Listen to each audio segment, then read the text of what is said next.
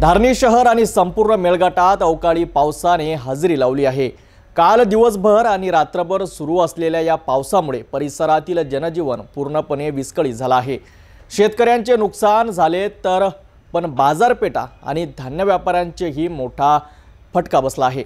मेळघाटातील धारणी शहरात काल दिवसभर आणि रात्रभर जोरदार पाऊस झाला। या अवकाळी पावसामुळे संपूर्ण शहरात वाहतुकीवर परिणाम झाला। रस्ते चिखलाने भरले आणि अनेक ठिकाणी पाणी साचले। शेतकऱ्यांसाठी हा पाऊस विनाशकारी ठरला आहे। पिके कापणीस तयार असताना आलेला हा पावसामुळे सोयाबीन, कपाशी आणि तुरीच्या शेताचे मोठे नुकसान झाले आहे।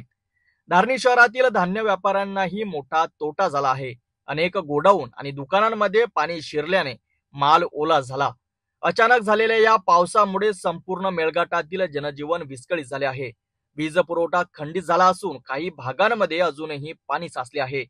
नागरिकांनी प्रशासनाकडे तातडीने मदतीची मागणी केली आहे। आपत्ती व्यवस्थापन पथके तयार असून स्थानिक प्रशासन परिस्थितीवर लक्ष ठेवून आहे।